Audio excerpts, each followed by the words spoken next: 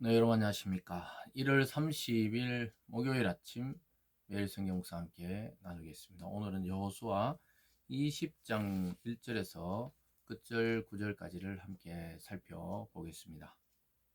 여호와께서 여호수아에게 말씀하여 이르시되 이스라엘 자손에게 말하여 이르기를 내가 모세를 통하여 너에게 말한 도피 성들을 너희를 위해 정하여 부지 중에 실수로 사람을 죽인 자를 그리로 도망하게 하라. 이는 너희를 위해 피해 보복자를 피할 곳이니라. 아멘.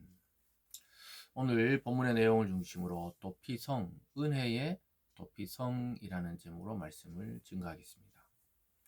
하나님께서는 이스라엘 백성의 땀 분배를 다 마친 이후에 여호수아에게 모세 때 약속했던 혹시나 자기 고의가 아닌 부지 중에, 즉 실수로 사람을 살인한 자들을 피해 보복으로부터 지키기 위해서 몇 성을 정해서 그 성에 대한 규정을 오늘 말씀하고 있습니다.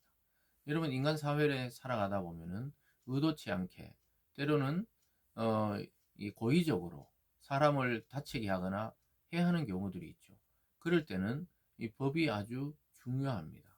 근데 오늘 보면요, 부지 중에 실수로 사람이 죽은 자를 피할 수 있는 구원의 성, 도피할 수 있는 성을 만들어서 그 사람을 또 죽이가지고 피해 보복이 계속 이어지지 않도록 하는 것을 보게 됩니다.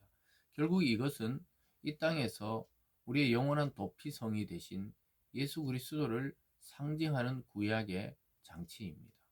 그래서 아주 놀랍게도 구약에 보면요, 노아의 방주라든가 또 여리고가 무너질 때 라합이라든가 라합의 집이라든가 또 오늘 여기서 보면 이 이스라엘 백성이 가나안의 도피성이라든가 인간이 살아가는 와중에 뜻하지 않는 여러 가지 이유를 통해 목숨을 잃어버릴 수도 있는데 그 가운데 목숨을 구원받고 또 목숨을 보존할 수 있는 장치들을 하나님은 그 시대마다 두셨다는 것이죠. 그래서 그 모든 것의 상징의 핵심이 어디냐? 예수 그리스도라고 우리는 알고 있습니다.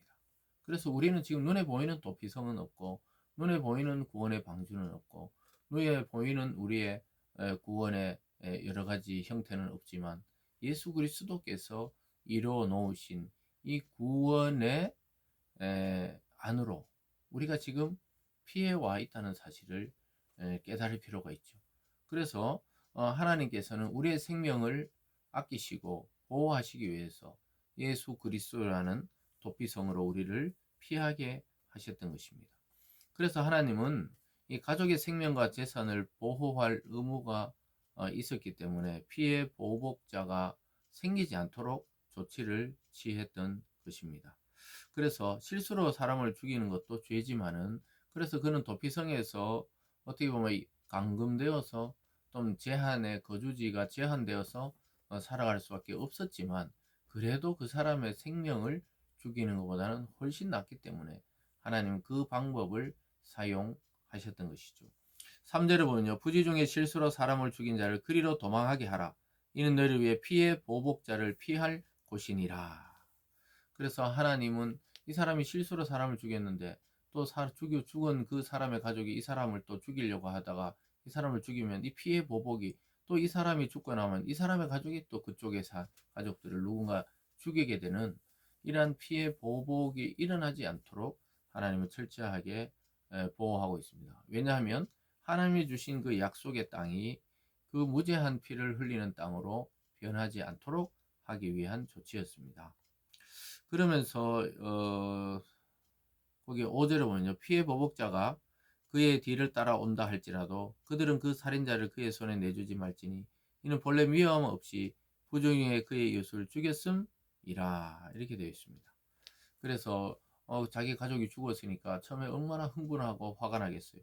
그래서 잡아 죽이려고 막 따라와도 그 성으로 일단 들어온 이상 그 성의 장로들은 함부로 그 사람을 내주지 못하도록 해서 부주중에 또 사람을 죽이는데 이번에는 고의적으로 그를 죽이는 범죄를 반복하지 않도록 만드는 것이죠.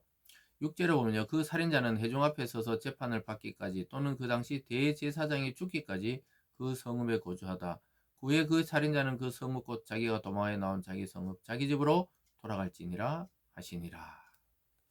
그 당시 대제사장이 죽기까지 그 성읍에 있는 것이 법이었습니다. 대제사장은 이 이스라엘의 전체 죄를 짊어지고 1년에 한 번 하나님의 그 지성소 안까지 들어가는 유일한 존재였습니다. 그래서 하나님의 말씀을 전해주기도 했지만은 백성의 죄를 지고 들어가는 자였죠. 그렇기 때문에 대제사장이 이제 나이가 다 돼서 죽게 되면은 이스라엘 백성의 그 모든 도피성에 있는 자들의 죄가 사해지는 것으로 여겼습니다. 그래서 그가 나온 집으로 다시 돌아갈 수 있게 된 것이죠. 그래서 이것은 그대로 예수 그리스도께서 우리의 대제사장이 되셨다는 히브리서 기자의 그 내용처럼 예수님께서는 온 인류의 대제사장 그 역할을 하시는 것이죠. 그래서 그는 십자가에 자기를 희생하심으로 우리가 희생되어야 되는 부분을 자기가 감당하심으로 우리는 죄 없다고 여겨짐을 당하는 그러한 세계에 와 있게 된 것입니다. 그래서 대제사장 죽음과 이 사람의 죽음이 무슨 관계가 있나요? 그런데도 하나님이 그렇게 법을 정했어요. 그 백성들의 죄를 짊어지는 대제사장이 죽으면 또 비성에 있는 모든 살인자들의 죄가 사해져서 자유롭게 자기 성읍으로 돌아가게 한다. 이것이 법이었습니다. 오늘날은 예수 그리스도의 십자가의 피를 믿고 내 대신 그리스도가 그 죄를 감당하시고 돌아가셨다는 사실을 믿고 받아들이는 자는 다시 살림을 받게 되고 자유를 얻게 되고 또 하나님의 자녀가 되는 그 법을 주신 거예요. 그게 바로 은혜의 법입니다. 우리가 노력해서 얻는 것은 공로에 대한 것이지만 은혜라는 것은 선물로 주어지는 것이죠.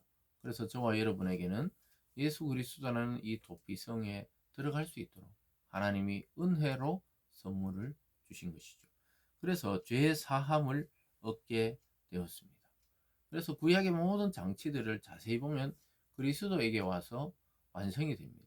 그리고 그 그리스도는 구약의 모든 일을 한꺼번에 완성하시면서 우리가 이제 도피성이 아닌 그리스도께 피함으로 영원한 죄악을 씻을 수 있게 된 것입니다. 그러면서 7절에서 8절까지는 도피성의 위치들을 두고 있습니다. 7절은 이에 그들이 납달리 산지 갈릴리 게데스와 에브라임 산지 세겜과 유다 산지 기랏 아르바 곧 헤브론과 여리고 동쪽 요단 저쪽 루벤 지파 중에 평지 광야 베셀과 갓 지파에서 길랄 라못과 므낫세 지파 중에 바산 골라를 구별하였으니 6성읍을 정해서 그들이 가장 가까운 성읍으로 피할 수 있도록 요단 동쪽과 요단 서쪽 본토를 다 그렇게 세 성읍씩 정했습니다. 그러면서 도피성의 재정 목적을 다시 한번 백성들에게 알려주고 있습니다. 9절입니다. 이는 곧 이스라엘 모든 자손과 그들 중에 거류하는 거류민을 위하여 선정된 성읍들로서 누구든지 부주 중에 살인한 자가 그리로 도망하여 그가 회중 앞에 설 때까지 피해 보복자의 손에 죽지 아니하게 하기 위함이라. 그래서 처벌하는 것이 우선이 아니라 또 살아있는 자의 생명을 존중하는 법을 만들어 주셨고 또 본토인만이 아니라 나그네들도 혹시나 그런 일에 연루가 되었을 때 살아날 수 있는 법을 제정해 주셨습니다. 사랑하는 여러분, 이것은 오늘날 우리에게 그대로 적용할 수가 있게 됩니다. 예수 그리스도 안에서 우리는 영원한 도피성이신 그리스도 안에서 오히려 영원한 자유를 누리게 되었습니다. 그래서 이 은혜의 도피성이 주어졌듯이 우리에게 저와 여러분에게는 은혜의 예수 그리스도 그분 안으로 들어와서 안전한 삶을 살아가고 영원한 삶을 살아갈 수 있도록 만들어 주셨습니다. 오늘 이 말씀을 잘 묵상하시면서 저와 여러분의 삶을 다시 한번 돌아볼 수 있기를 바랍니다. 기도하겠습니다. 사랑의 하나님 아버지, 우리의 영원한 도피성이 되어주시고 생명선이 되어주신 그리스도를 우리에게 보내주심에 감사드립니다. 하나님, 우리도 그를 믿고 살아가고 또 누군가에게 불안과 염려와 걱정으로 인생을 살아가는 자에게 이 복된 소식을 전해서 그들에게도 영원하고 은혜로운 도피성이신 그리스도를 소개해서 평안을 누리게 할 수 있도록 우리 입술을 사용하여 주시옵소서. 감사드리며 예수님 이름으로 기도드리옵나이다.